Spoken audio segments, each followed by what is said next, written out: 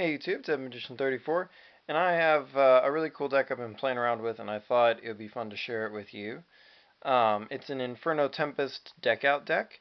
This is just one of those really interesting and unique kind of cards that this game has, and I thought it'd be really fun to build a deck around it. It's not exactly, take this to your regional or YCS kind of thing, but you can have a lot of fun at your local and just playing around casually with this. Something to mess around with your friends.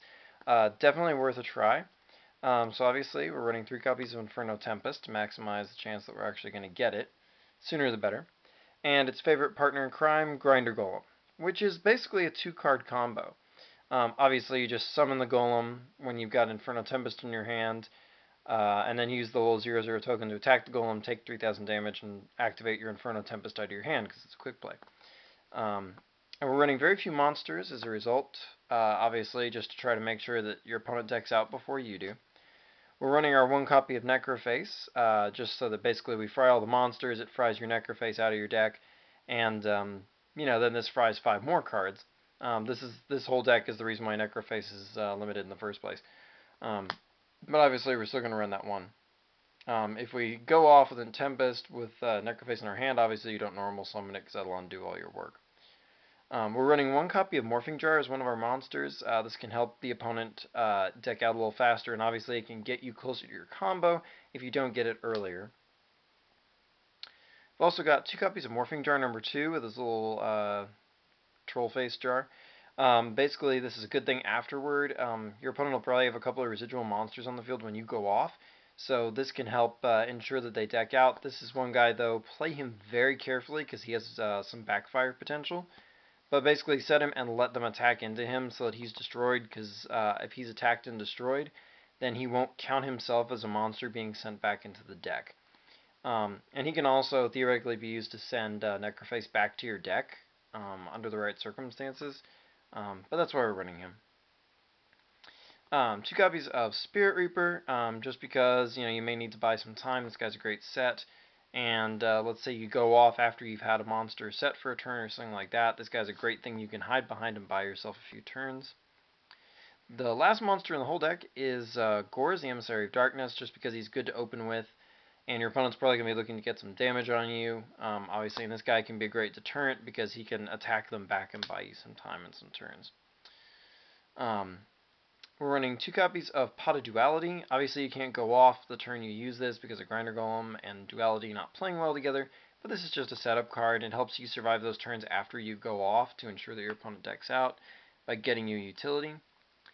We have 3 Upstart Goblin. We have enough spells and traps that this thing's not going to deck you out faster than your opponent, really. Unless they're playing something like Chainburn, in which case you're going to have a really interesting matchup there, but that's not really what I would be worried about, a deck as obscure as that. So basically it's just to thin your deck out a little bit, get you your combo pieces faster, get you some defenses. 1 copy of One Day of Peace because they took it to 1, otherwise we'd definitely be running 3. But an excellent card because it also forces your opponent to draw in addition to buying you some time. We run 1 copy of Card Destruction. Once again, it forces your opponent to deck out. You can usually just set your whole hand to the back row and then activate Card Destruction with just like 1 card in hand. But you can also use it to go look for combo pieces, so it's just excellent in this deck. 3 copies of Book of Eclipse, because whatever residual monsters they have after you go off, obviously you can use this to turn them down, flip them face up, and force your opponent to draw a lot. You can even theoretically use this to kill them the turn that you go off. Excellent card. We're running 1 copy of Book of Moon. This can be used to slow down your opponent and whatnot, which is great. But we're also using it to potentially re-abuse your Morphing Jar, because there's a slight empty jar feel to the deck because of that. We got 1 copy of Scapegoat as a defensive element. It's good to have a spell that can activate to defend you, but also you can theoretically turn one of these goat tokens to attack mode to attack and deal yourself 3,000 damage off of something. So that's kind of why I'm opting for this, just in case Grinder Golem or your opponent summons something else that's 3k and you don't have a way to attack with one of those tokens. These are alternate tokens you can use for that purpose. Just a thought. And we got 1 copy of Dark Hole because obviously if your opponent's got monsters after you go off, you Dark Hole, they don't have much left in the way of monsters. We have 1 copy of Heavy Storm. This one seems like kind of a head scratcher at first, but when you think about it, it makes sense. Because summoning your Grinder Golem can still be something your opponent can theoretically interfere with. So using Heavy Storm to clear the way to make sure you go off the turn you go off can be very useful, very important. And a lot of people don't expect this card from a deck like this, so it can be a great and very painful lesson for them to learn that, yes, control decks and heavy spell trap decks can benefit from Heavy Storm. We're also running 2 copies of Mystical Space Typhoon, once again to just kind of make sure it sticks, because if your opponent activates a Torrential or something, then obviously it's going to mess you up. So this helps clean things like that off. We do have 1 copy of Solemn Judgment. Play it judiciously.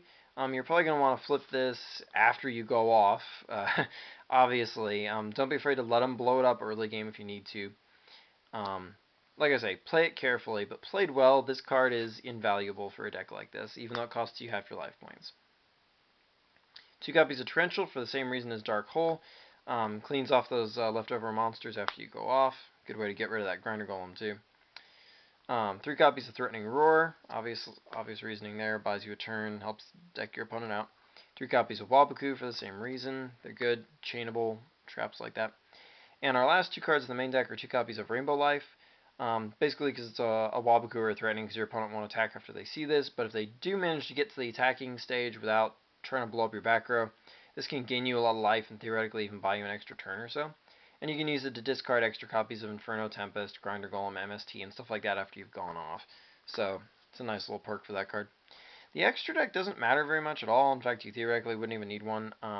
But Leviair the Sea Dragon, rank 3 is the only thing you can make in this deck. If you look at the monster lineup, Leviair could be nice because you might be able to bring Sling back that you've removed. And Wind Up Zen Mains, those are like the only 2 I think that you really need to have. But other than that, the rest of these are just kind of for kicks. Tempo, Leviathan Dragon, because these might prove to be useful.